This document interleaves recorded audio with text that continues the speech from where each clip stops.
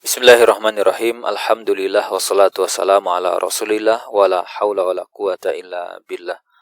Kembali kita lanjutkan pembahasan tentang ghasab di kitab Umdatul Fiqh dan kita masuk di bab ghasab ya.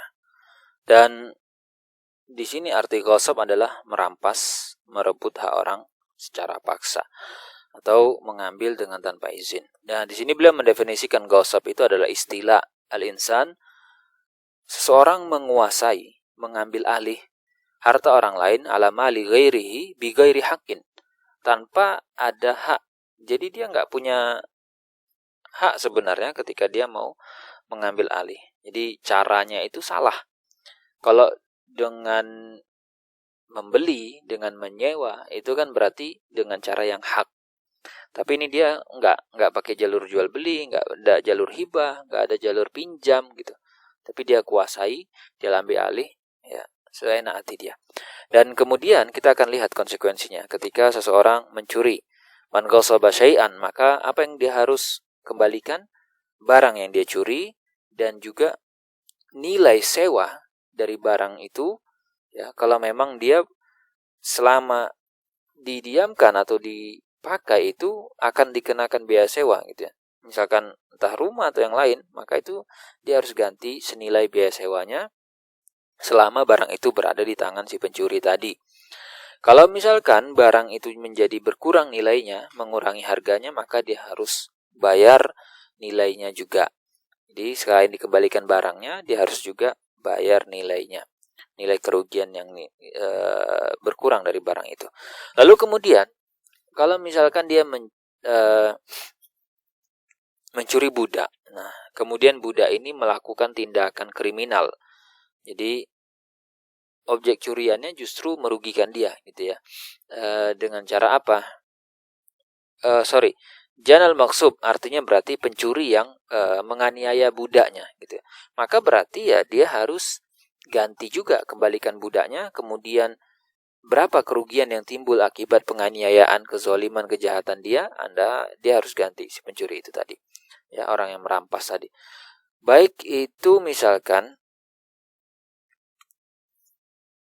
maaf, untuk yang kasus ini, janal maksub berarti yang berbuat kejahatan itu bukan pencuri, tapi budak, ya, budaknya itu.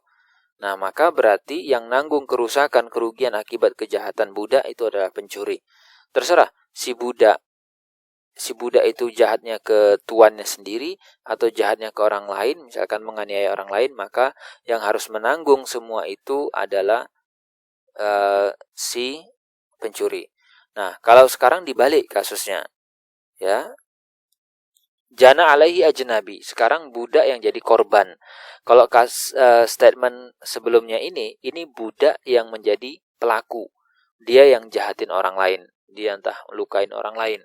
Nah, sekarang gimana kalau budak itu yang menjadi korban, menjadi objek, dia yang dilukai, dia yang dianiaya, sehingga akan menyebabkan anggota tubuhnya terluka dan segalanya, atau menyebabkan nilainya menjadi berkurang. Maka berarti tuan si budak atau pemilik budak itu, ini kan kasusnya budaknya lagi dicuri. Nah, tuannya itu berhak untuk ngapain? Minta ganti rugi dari salah satu. Dia boleh nuntut ke pencuri atau perampok tadi. Kamu kan yang menyebabkan budak saya dianiaya karena kamu rampok. Atau dia mau nuntut sama yang menganiaya langsung. Bukan si perampoknya sih yang menganiaya, orang lain misalkan. Boleh, tuannya punya pilihan seperti itu. Ini kalau kasusnya budak dan terjadi perbuatan atau tindakan kriminal, aniaya ataupun kejahatan. Nah, sekarang kita lihat kalau misalnya, ya intinya semua ini sih sebenarnya kesimpulannya, si pencuri, perampok itu nggak akan diuntungkan sama sekali. Maka jangan pernah merampok, jangan pernah mengambil hak orang lain. Ini baru bicara dunia ya, belum akhirat. Nah, secara hukum seperti itu. Nah, kalau misalkan barang curiannya itu bertambah nilainya, berarti dia ketika mengembalikan harus balikkan barangnya plus nilai tambahnya. Entah itu nanti tambahannya, pertumbuhannya itu bersambung, menyatu, berarti yang awalnya kurus, dirawat sama dia jadi gemuk. Ya, atau terpisah, ya, punya anak. Nah, itu tetap harus dikembalikan, karena bukan hak dia. Kalau kemudian, ya bertambah ataupun berkurang, Ya berarti kalau tambahannya ya dia harus kembalikan ke pemiliknya. Kalau berkurang dia harus ganti kerugiannya, resikonya. Seperti itu. Ya itulah nasibnya pencuri dan perampok. Nah, baik pertambahan itu karena tindakan dia yang rawat, dia yang ngasih makan, dia yang besarin, atau mungkin ya sudah dilepas saja, bukan karena tindakan dia. Nah, atau misalkan begini. Nah, ini contoh kasus yang ini tambahannya nilainya karena tindakan dia. Yaitu dia mencuri kayu. Ya, kemudian sama dia diubah menjadi pintu. Kalau kayu harga 100.000, pintu jadi 500 misalkan. Lebih mahal jadinya kan? Berarti bertambah nilainya. Atau dia mencuri besi lalu kemudian diubah menjadi jarum, jadi produk. Ya, jadi lebih mahal misalnya nilainya.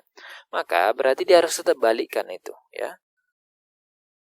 Dengan beserta nilai tambahnya tadi gitu. Dan kalau ternyata menjadi berkurang karena diubah jadi kayu, jadi pintu, diubah jadi jarum atau yang lain menjadi berkurang nilainya, ya dia harus tambahin, dilengkapin. Nih Pak, kekurangannya seperti itu. Kalau misalkan dia merampas, ya, dia mencuri ini ya, ngambil hak orang lain itu berupa kapas. Tapi sama dia udah ditenun, dibuat jadi kain, jadi baju dan seterusnya, gitu kan? Maka ya sudah, itu juga berarti kan punya nilai tambah nih jadinya sekarang. Atau kasusnya lagi adalah biji dia ambil, dia curi bibit, lalu kemudian jadi tumbuhan, jadi gede, dibesarin jadi pohon misalkan. Atau telur, sama dia dicuri, kemudian ditetaskan jadi ayam gede dan seterusnya. Atau budak, itu kan budak kurus, kemudian sama dia dirawat jadi gemuk. Jadi atau mungkin bodoh, diajarin skill tertentu. Nah, kemudian pertambahan-pertambahan ini, katakanlah yang tadi kurus jadi gemuk, terus kemudian hilang misalkan. Nilai tambahnya ini berkurang, gitu kan. Nggak ada lagi. Maka dia harus balikkan barangnya plus nilai dari pertambahan itu.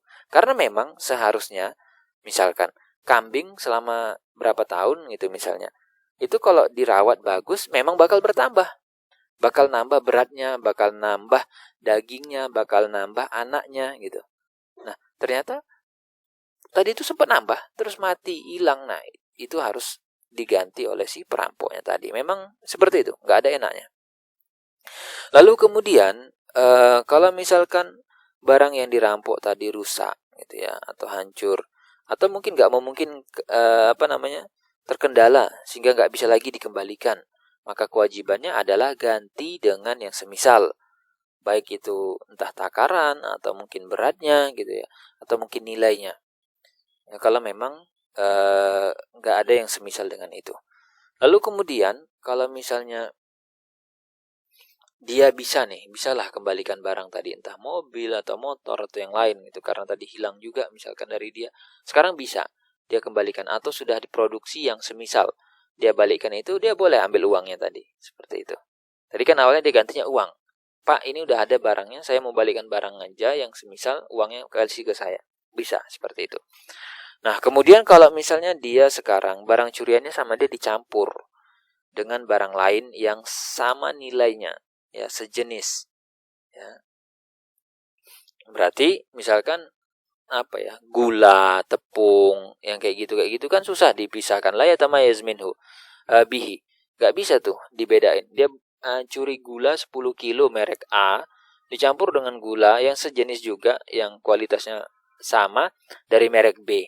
Nah, maka berarti dia balikkan saja, dari situ ambil berapa. Dia curi berapa tadi, 10 kilo ya sudah. Karena itu kan gak ada perbedaan. Nah, tinggal kalau misalkan yang jadi masalah kalau dicampur dengan barang lain, tapi secara kualitas di bawah, atau secara kualitas itu bakal merugikan pihak yang dicuri, maka ya dia gantilah dengan yang semisal, seperti itu. Lalu kemudian kalau dia mencuri tanah, nah tanah itu kemudian akhirnya ditanamin sama dia, maka dia kembalikan. Ya, nanti ketika taubat itu dia sadar, kembalikan tanahnya, cabutlah tanaman Anda itu, serahkan kepada si pemiliknya. Lalu selama di tangan Anda, selama Anda curi, itu berapa nilai kerugian? Harusnya kalau disewakan, si pemilik bisa dapat uang. Atau ketika ditanamkan mungkin bisa 5 kali panen. Nah, itu biaya sewa, biaya kerugian Anda kembalikan, Anda ganti juga. Itu. Lalu kemudian kalau misalkan tanah tadi ditanamin gitu, kemudian si perampok ngambil gitu ya. Jadi sudah ditanamin, kemudian sama perampok diambil tanamannya, maka ya sudah dia kembalikan plus biaya sewa dari tanah itu berapa. Jadi pokoknya kerugian-kerugian yang muncul karena tindakan pencurian tadi, termasuk pertambahan turunannya juga itu harus diganti. Dan kalau misalkan gini, si pemilik tanah tahu, sadar kalau tanahnya itu dirampas, diambil orang, mungkin dia kayak tinggal di kota A gitu kan. Kemudian dia punya tanah di kota B, kota C agak jauh, jarang dikunjungi dan seterusnya. Tahu-tahu kok sudah diakuisisi oleh orang misalkan. Nah, seperti itu. Nah, cuman pas dia datang itu sudah siap panen gitu ya. Sudah siap panen, maka si pemilik tanah itu dikasih pilihan. Boleh dia dua. Boleh dia ngambil hasil panennya tadi gitu kan, atau Anda minta saja nilai ganti jasa. Kamu pakai tanah saya kan selama berapa bulan ini, ganti biaya sewanya. Balikkan tanahnya, kamu nanti habis ini kamu pindah, biaya sewa. Atau oke, kamu nggak usah itu, tapi nanti hasil panen untuk saya. Itu boleh dia seperti itu. Tinggal nanti dinegonya gimana. Nah, kemudian kasus lain ini tanah. Sekarang kalau yang dicuri itu adalah budak ya, budak perempuan. Lalu kemudian sama pencurinya dihamili, disetubuhi, punya anak, maka berarti si pencuri dihukum had. Dan dia harus kembalikan budak itu, kembalikan anaknya juga, kemudian harus serahkan maharnya untuk budak itu, lalu kemudian berapa nilai kerugiannya karena sudah nggak perawan, lalu kemudian bayar biaya sewanya karena dia pakai budak orang untuk bantu untuk kerja, itu ada nilainya semua, balikkan, Anda harus ganti. Nah, kasusnya gini, kalau dia curi budak, tapi dia nggak pakai untuk dia, nggak disuruh kerja untuk dia, nggak dihamili sama dia, tapi dijual langsung. Habis curi langsung dijual. Ternyata sama si pembeli disetubui. Dan si pembeli dalam kondisi layak alam. Nggak tahu nih, kalau itu tuh budak curian gitu loh. Cuman ya dia mikirnya itu budak si pencuri tadi gitu ya. Sudah, dianggap biasa saja. Maka nanti mahar, kemudian nilai anaknya, nilainya, kemudian anaknya, kemudian biaya sewanya, kerugiannya itu semua yang nanggung siapa? Itu diserahkan kepada pemilik budak asli dan yang nanggung itu adalah si gosip, si perampoknya tadi, si perampasnya tadi. Seperti itu hukumannya semuanya. Jadi memang beneran Anda nggak punya hak. Jadi kalau misalkan, nih saya kan curi sapi, awalnya kalau saya curi 1 ekor, setelah 5 tahun saya curi jadi 20 ekor. Oh, Anda nggak punya hak gitu. Siapa yang suruh Anda untuk curi gitu. Jadi dia nggak punya hak itu semua karena memang pintunya awal kali itu masuk ke dia itu dengan cara yang haram, yaitu resiko dia. Ya, itu resiko dia. Kalau ternyata 20 ekor ya diambil semua, ya nggak mau saya, kata si kata si pemiliknya. Nah, seperti itu secara hukum syariatnya yang kita perlu pahami, dan semoga Allah jauhkan kita ya dari tindakan-tindakan kejahatan, pencurian dan perampokan semacam ini. Baik, kita akan lihat tentang bab syuf'ah di pembahasan selanjutnya insyaallah.